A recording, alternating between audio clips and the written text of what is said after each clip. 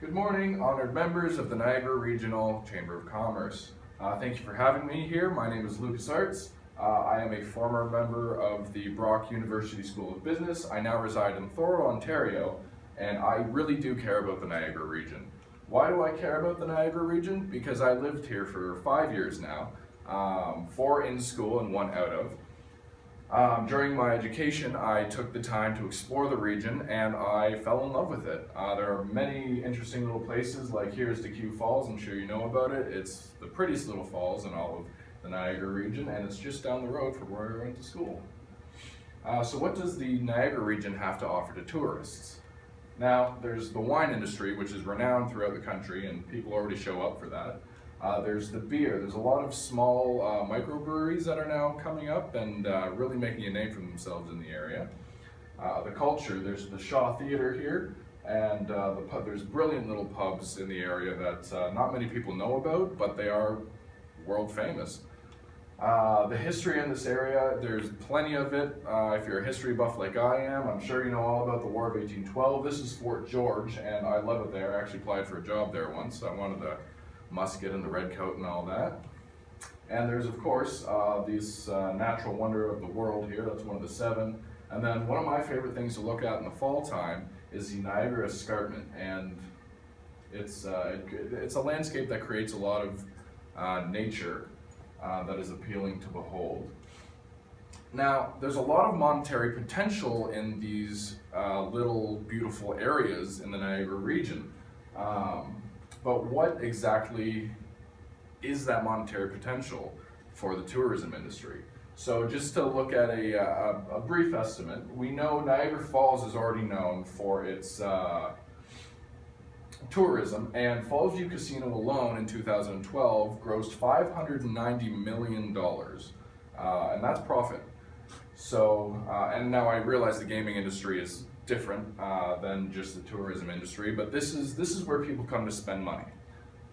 So the goal is to spread the wealth from just Niagara Falls, Ontario, down the Niagara Peninsula to the small businesses that inhabit the region. So how do we spread the wealth?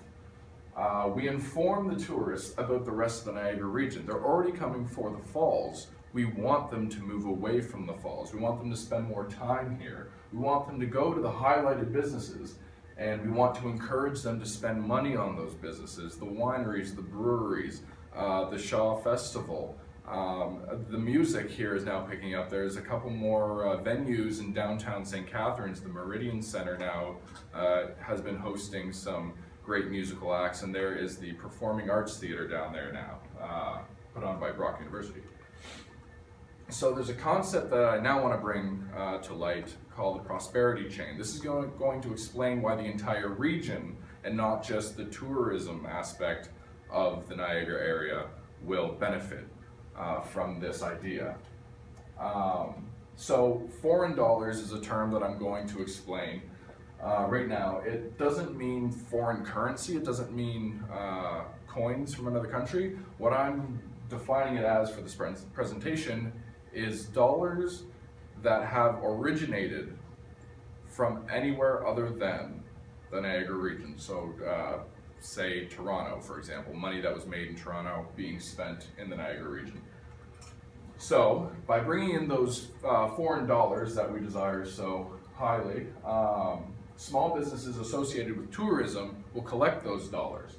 And then businesses that are associated with the tourism businesses will do business with them, and the money will flow.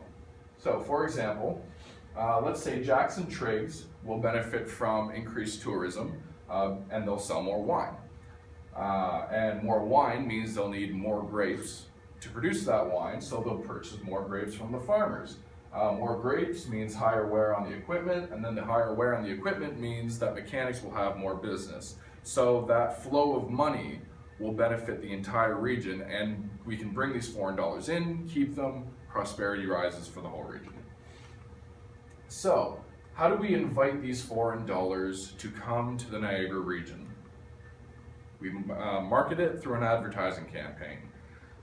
So our advertising campaign that I am proposing to you today will comprise of television ads promoting extended stays in the Niagara region. They'll feature some key local businesses, and the general feeling that we want to exude from these ads will be families having fun, couples on their honeymoon, things like that, the lovey-dovey warm feeling stuff. That's what we're trying to advertise about this area, that it is a beneficial place for those kinds of people.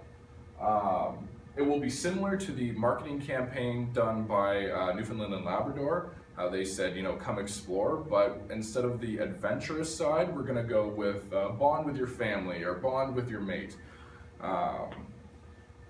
And that's the idea here. So, who is our audience? Like I said, families and couples are probably our target market because they have dual incomes and they are more likely to come here and stay here. We're not looking for bachelor parties that are going to last just a weekend and they spend that entirely at the falls or something like that. No, we're looking for people to come here and stay here, and those are going to be our families and couples. Like I said, they have enough disposable income, and most of the activities in these in the Niagara region are catered towards families and couples. So where is our audience? Now this is the thing that we have the most control over, and we have to control it because it's going to determine how much this campaign is going to cost us. So I have narrowed it down to an area that I think is reasonable, and that is a 6-hour driving time from the Niagara region. And I say this because I think it's impractical for somebody to want to spend 5 days and take a flight from, say, California. And I think that by extending beyond this, we will be running a cost-ineffective program. But cost-effectively, we're looking at advertising to the Toronto area, the Ottawa area, the Montreal area, and the states of New York, Pennsylvania, Ohio, and Michigan. Now they're all close enough that they can come and stay a weekend if they like, or they can stay a week if they like, or 5 days, or whatever they need to. But it is still within practical range, and it will minimize our costs on dealing with so many different networks, television networks.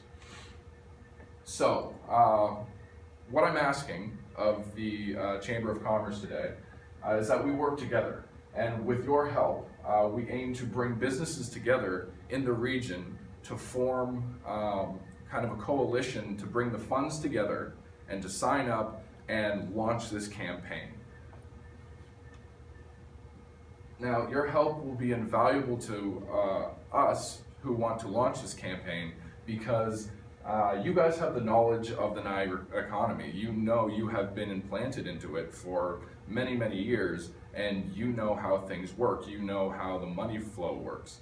The other thing is you already have existing relationships with the businesses in the area. You know who to talk to. You know what to talk to them about. You know who will be willing to join this coalition and who will be more skeptical on it.